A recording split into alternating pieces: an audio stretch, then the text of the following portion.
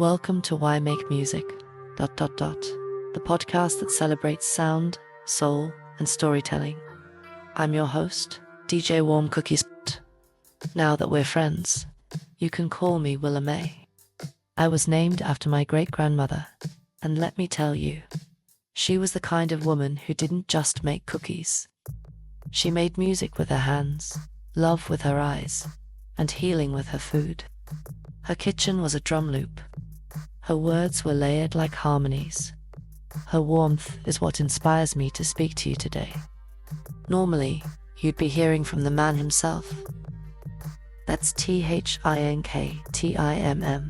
But today, I've got the mic, while he stays behind the scenes, doing what he does best. Crafting the sonic world that holds all this together. And yes, what you're hearing underneath this, that groove, that movement, that breath between thoughts, that's ThinkTimm. And this episode right here, this one's special. This one's called Serving Up a Sample.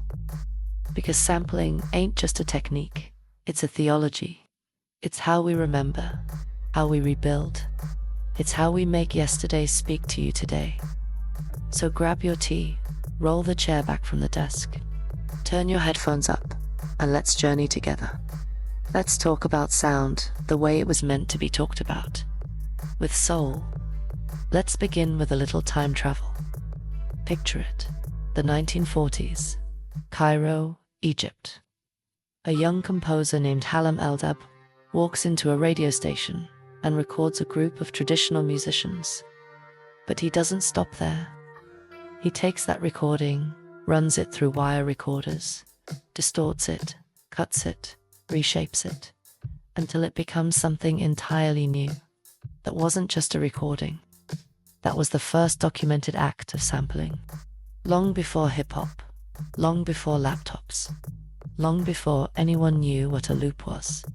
This man was out here remixing reality. That moment Eldab's momentary reminds us that sampling isn't theft. Sampling is transformation. Sampling is love in reverse. He didn't just hear music, he heard possibility. And that's what every great producer does. That's what ThinkTimm does. And you better believe I'm gonna keep saying that name. ThinkTimm. Because behind every beat, there's a mind. And behind every mind, there's intention. And ThinkTimm's intention. It's all heart. We're in the Bronx. 1970s. It's hot. It's loud, it's alive, and a Jamaican-born DJ named Kool Herc is about to change the world with 2 turntables and a mixer. He finds the break where everything drops except the drum's end. He extends it, spins it back, loops it, and the people. They don't stop dancing. Breakbeat becomes the pulse of the block, the heartbeat of a culture. From that heartbeat, hip-hop is born. You hear what I'm saying?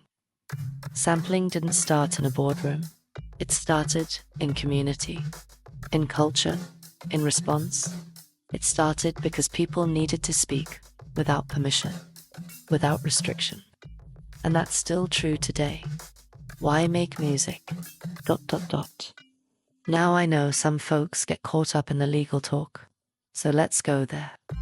Because it wouldn't be right to celebrate sampling without acknowledging what's tried to silence it. Let's start with 1991. Biz Markie, Alone Again. That case wasn't just about one song.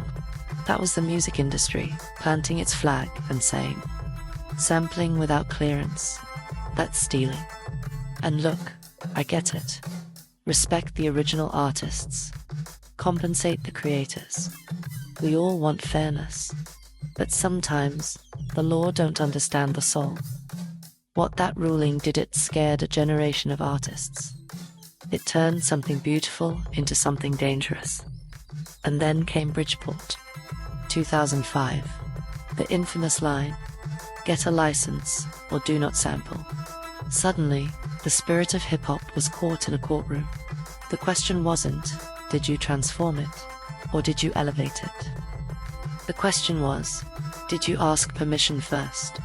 But let's be real. How do you get permission to remember? How do you copyright a feeling? How do you tell a broke kid in their bedroom that they can't flip a 4-second loop without cutting a 5-figure check? That ain't protection. That's gatekeeping. And still we found a way. That's where interpolation came in.